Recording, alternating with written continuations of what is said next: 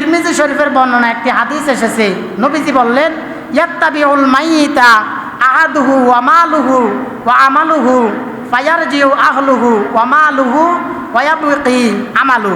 নবীজি বললেন, একজন মানুষ যখন মারা যায় তার সাথে কবর পর্যন্ত তিনটি জিনিস যায়। অর্থাৎ যখন আপনি মারা যাবেন আপনার সাথে কবর পর্যন্ত তিনটি জিনিস যায়। এক নাম্বার আহলুহু, তার পরিবার, আপনার পরিবার পরিজন আত্মীয় স্বজন আপনার সাথে আপনার লাশ নিয়ে কবর পর্যন্ত যাবে।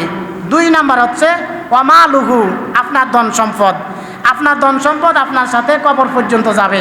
তিন নাম্বার ওয়া আমালুহু, আপনার নেক আমল, আপনাকে যখন কবরে রাখবে, কবরে রাখার পর আপনার পরিবার আত্মীয় স্বজন চলে আসবে, আপনার ধন সম্পদগুলো চলে আসবে, শুধুমাত্র আপনার সাথে আপনার নেক আমল রয়ে যাবে।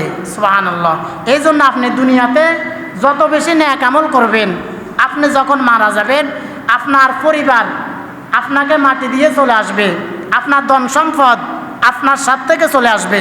কিন্তু আপনি দুনিয়াতে যে দান সদকাগুলো করবেন, দুনিয়াতে আপনি যেগুলো ভালো ভালো কাজগুলো করবেন, সেগুলো আপনার সাথে রয়ে যাবে এবং কিয়ামতের দিন সেইগুলোকে হিসাব করে আল্লাহ তাআলা আপনাকে জান্নাত দান করবেন। সুবহানাল্লাহ।